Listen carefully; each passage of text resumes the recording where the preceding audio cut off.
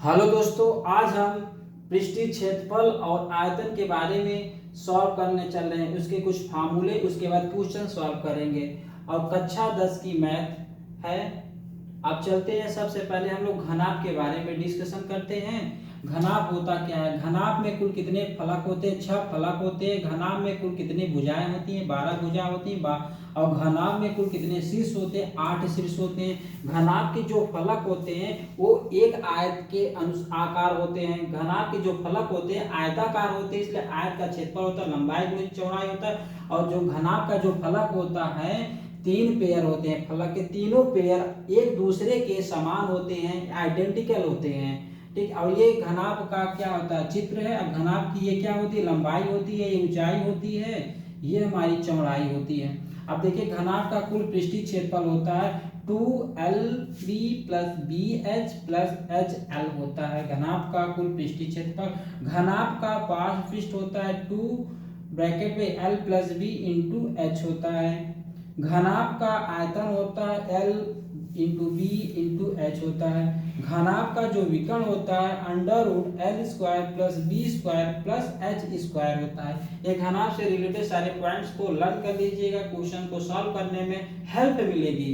आप चलते हैं अगले क्वेश्चन के बारे में। घन क्या होता है? घन में कुल 8 शीर्ष होते हैं, 6 फलक होते हैं और 12 भुजा होती है। जो घन होता है, एक घन की जो फलक होते हैं, जो फेस होते हैं, वो स्क्वायर के फॉर्म होते हैं, वर्ग के आकार का होता है।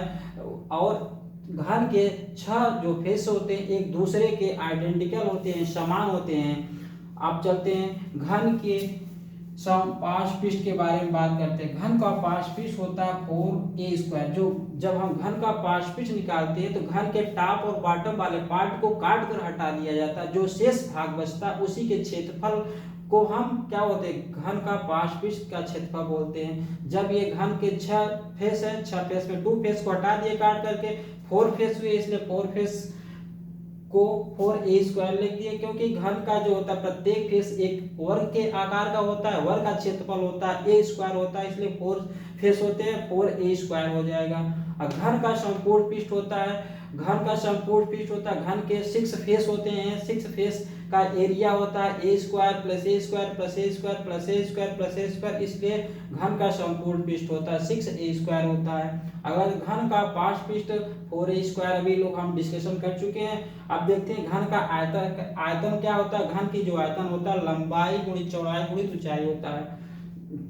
अब चलते हैं। अब देखिए, लंबाई गुणित चौड़ाई गुणित ऊंचाई होता क्या है इसमें? अब ये देखिए, इसमें सारी की जो लेंथ होती है वर्ग, सारी जो इनकी भुजाएं होती है वर्ग के अनुसार होती हैं, इसलिए इसका जो होता है आयतन होता है a क्यूब होता है। क्या होता है? आयतन जो होता है a क्यूब होता है। चलते हैं हम लोग बेलन के बारे में डिस्कशन करते हैं। बेलन क्या होता है? सिलेंडर से रिलेटेड जो पॉइंट्स होते हैं हम लोग चल रहे हैं डिस्कशन करने।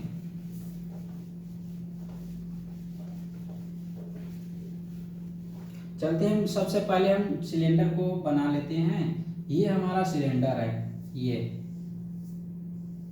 सिलेंडर, ये सिलेंडर है। इस सिलेंडर की क्या है? ये हाइट होती है, ये सिलेंडर की हाइट है, ऊंचाई। और ये सिलेंडर के एक जो होता है बॉटम पर एक सर्कल बना होता है, एक टॉप पर एक सर्कल बना होता है। और ये सिलेंडर की ऊंचाई हो गई। और सिलेंडर की लंबाई क्या होती है? जो सिलेंडर की जो लंबाई होती है, अब देखिए सिलेंडर हमारा कर्व के अनुसार है। जो ये कर्व है क्या होता है? वृत्त के जैसा दिख रहा है। जो वृत्त की परिधि होती है 2πr, वही हमारा सिलेंडर, हमारा बेलन का वही लेंथ होता है। इसलिए यहाँ पे l इक्वल टू होता है 2πr होता है।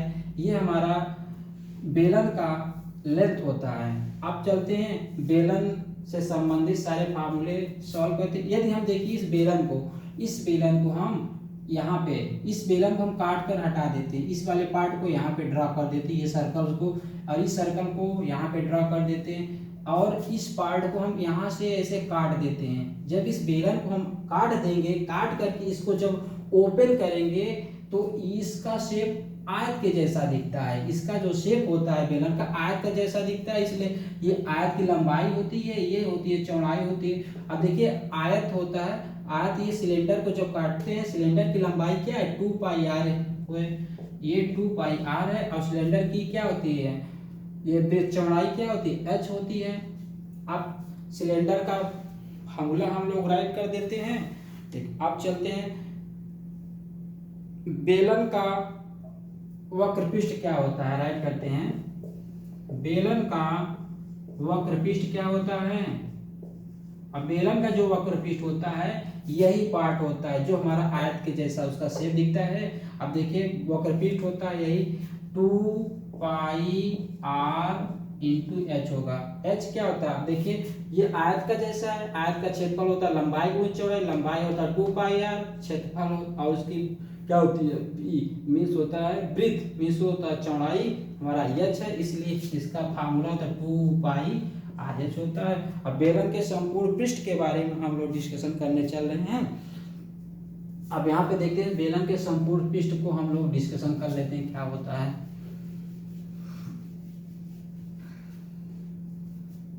अब देखिए बेलन का जो संपूर्ण पृष्ठ होता है, ये बेलन को देखिए 3 भागों में बांट दिए, एक ऊपर वाला पार्ट है, ये बीच वाला पार्ट है, ये नीचे वाला पार्ट है।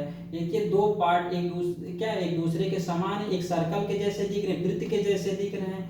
यहाँ पे लिखते हैं बेलन का संपूर्ण पृष्ठ, बेलन का संपूर्ण पृष्ठ। बेलन का जो संपूर्ण पृष्ठ होता है, ये देखिए सर्कल है, इस सर्कल का एरिया होता है पाई आर स्क्वायर क्षेत्रफल, और देखिए ये क्या होता है हमारा आयत के जैसा है, इसलिए होता है 2 पाई आर एच, और देखिए ये भी सर्कल का क्षेत्रफल है, सर्कल क्षेत्रफल होता है पाई आर स्क्वायर होता है। अब देखिए pi r square plus pi r square add कर देंगे 2 पाई आर स्क्वायर होगा, और प्लस ये 2 पाई आर एच होगा, 2 पाई आर एच हो जाएगा। इसमें देखिए 2 कॉमन, इसमें 2, इसमें पाई, इसमें आर, इसमें आर है, 2 पाई आर कॉमन कर लेंगे तो आर प्लस एच हमारा क्या होता है बेलन का संपूर्ण पृष्ठ होता है। आज के लिए इतना ही, फिर नेक्स्ट वीडियो में हम लोग मिलते हैं, इससे कुछ और रिलेटेड पॉइंट हैं, अगले वीडियो में मिलते हैं।